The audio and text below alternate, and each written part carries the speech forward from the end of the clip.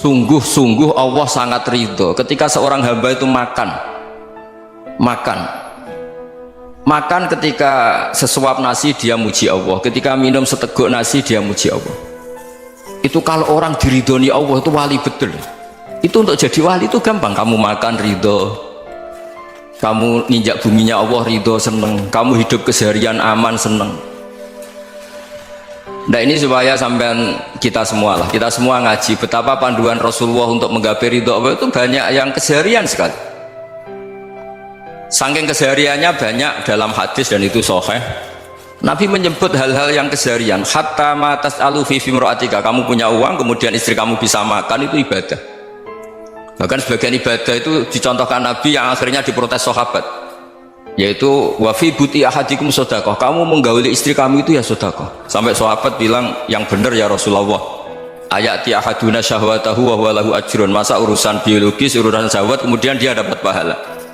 Nabi menjawab, alaysa lawadhu'aha fi haramin akana alaihi wisrun, bagaimana kalau dia meletakkan ke yang tidak benar, itu kan dosa.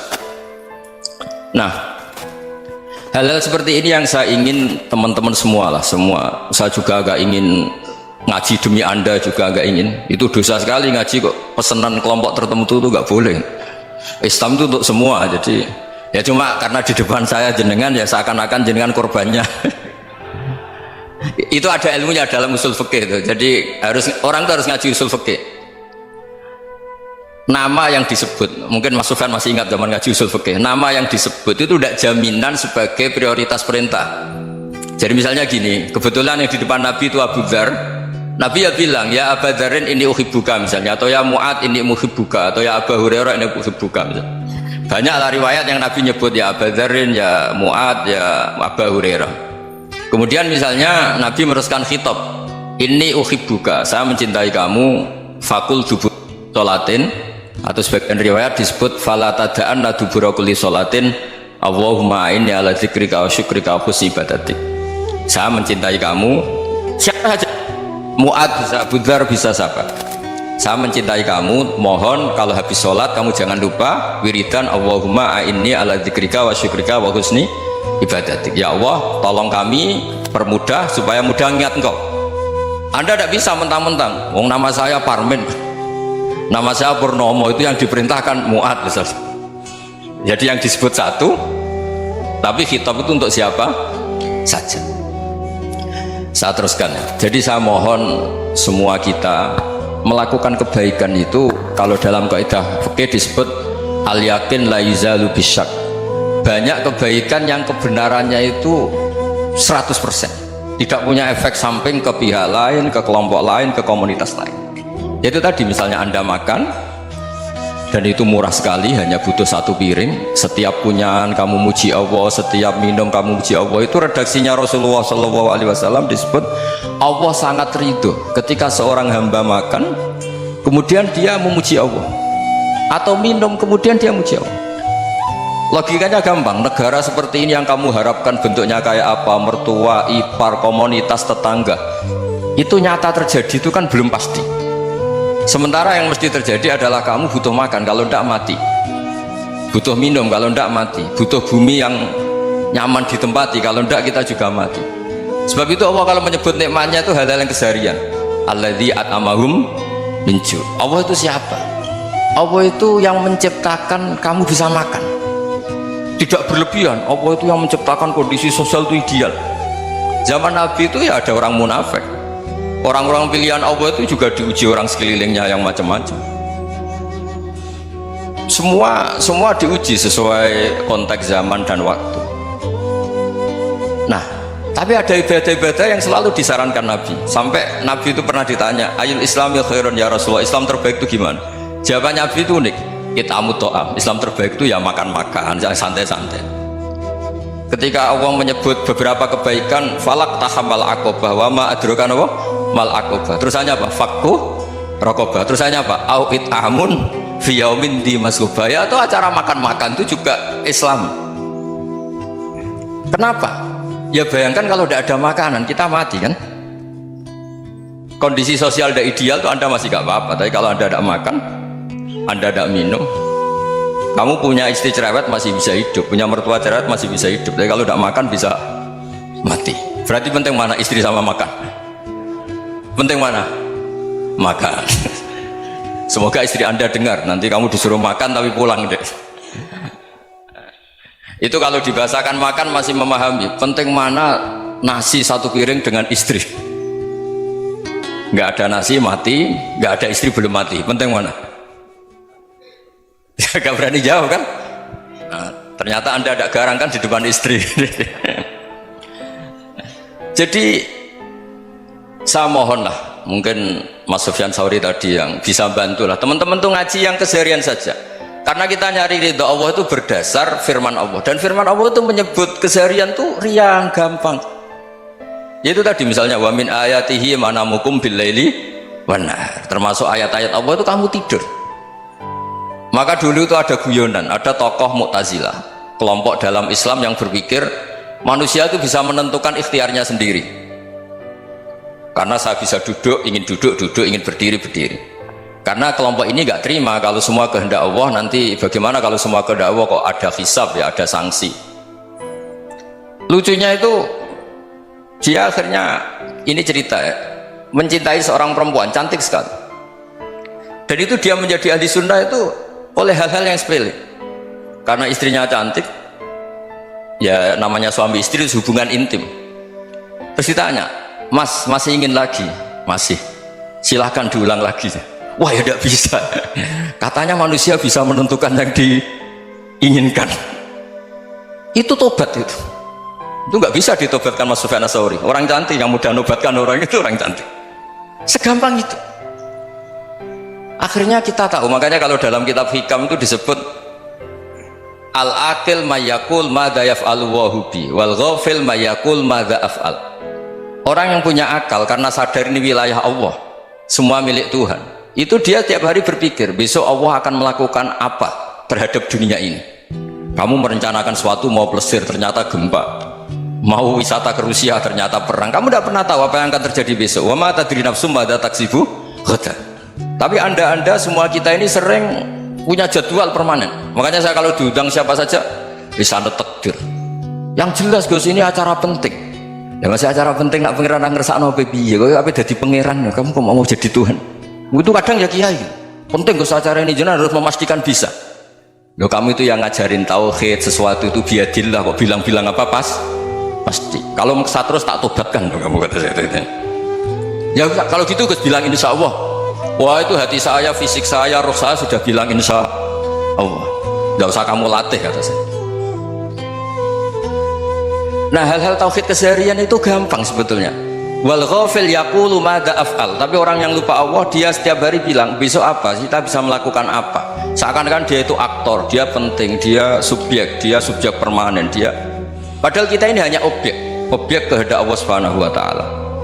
Karena kita yakin sesuatu yang terjadi di alam raya ini kita tidak bisa apa-apa. Makanya saya sering ngaji, sering bilang saya, ketika Anda mensifati Allah, dia yang menghidupkan, sudah itu tanamkan, sehingga ketika kita mati santai saja.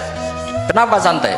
Allah punya cara menghidupkan kita. Zaman kita hidup juga gak tahu caranya ngelola jantung, ngelola paru-paru. Kamu juga gak tahu ngelola oksigen yang tidak beracun, tidak ngandung polusi. Tahu-tahu hidup. Gak ingin tua ya tahu-tahu tua, gak ingin mati tahu-tahu mati. Selama ini kita hidup juga gak tahu apa-apa sebetulnya. Hanya gaya tok, punya jadwal, punya planning. Kalau kamu bisa menentukan pilihan Anda, pasti Anda istrinya cantik, 4 neriman semua, kona'ah semua. Nyatanya enggak kan? Ada 1 jelek, cerewet.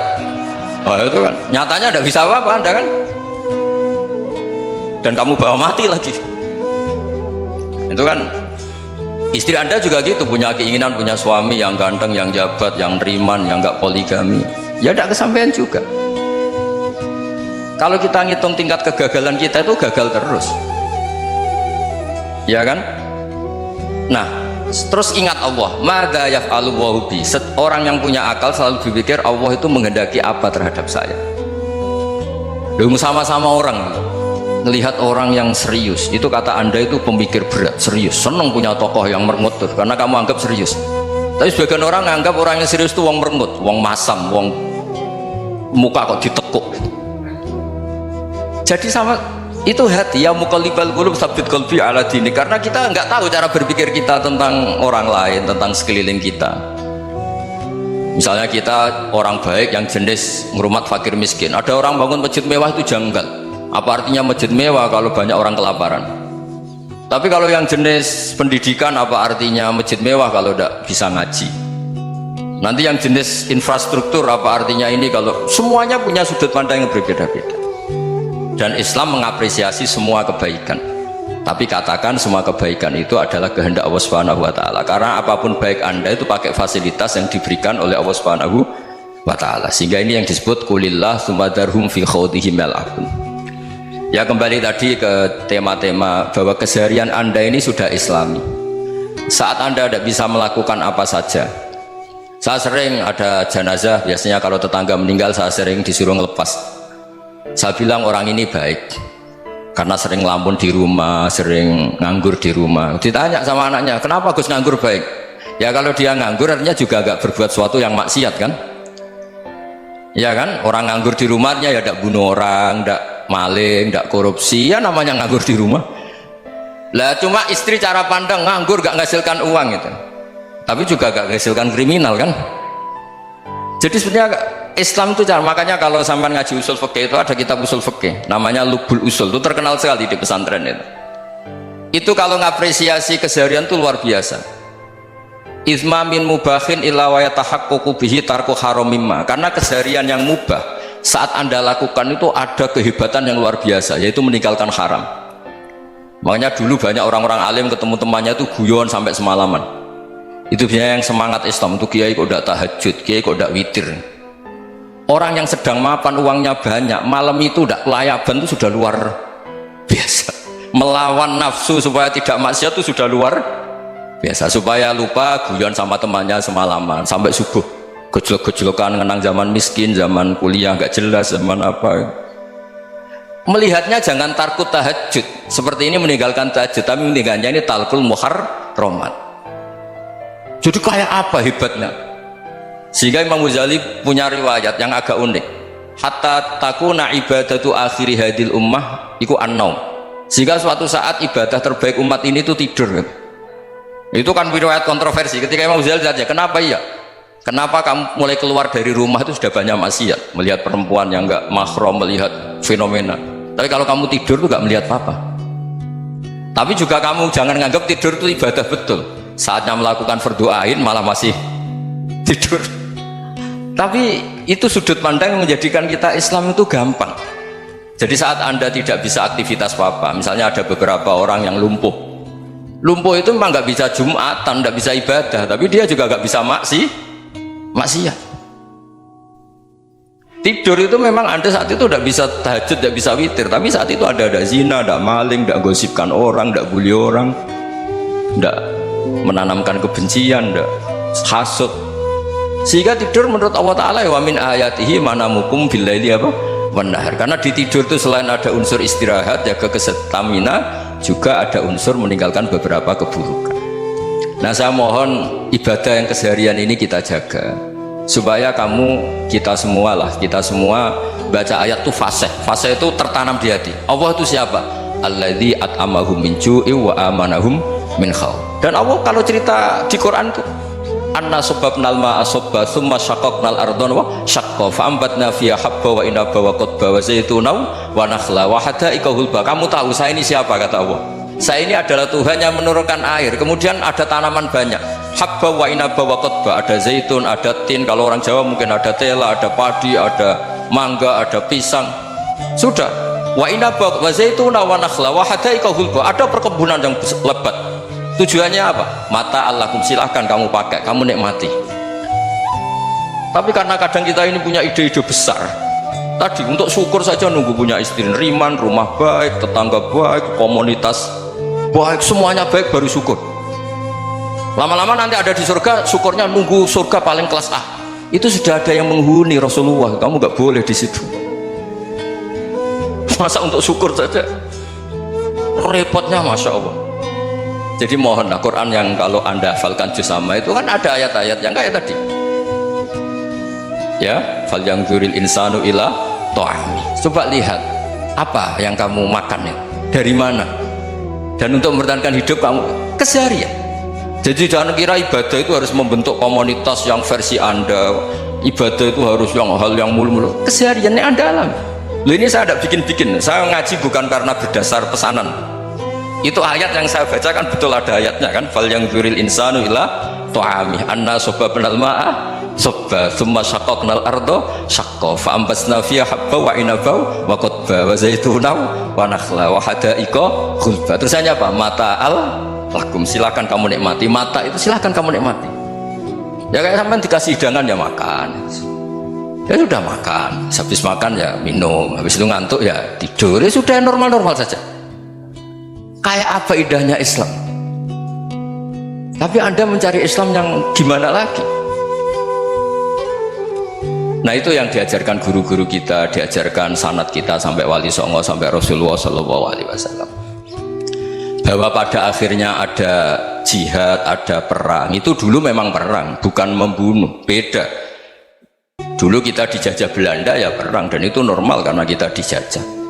Jadi ketika orang lain ingin baik sama kita, wa in ahadum minal musyrikin astajaruka ya fajirhu hatta yasma'a kalam Allah. Kalau mereka ingin baik ya kita baik. Makanya ada istilah musta'man, mu'ahad. Kalau mereka ingin damai berdampingan dengan kemajmukan ya itu yang lebih baik. Karena memang Islam menghormati proses perdamaian. Wa in janahu nawa lisalmi ya fajnah lah. Kalau ingin damai ya kita harus damai.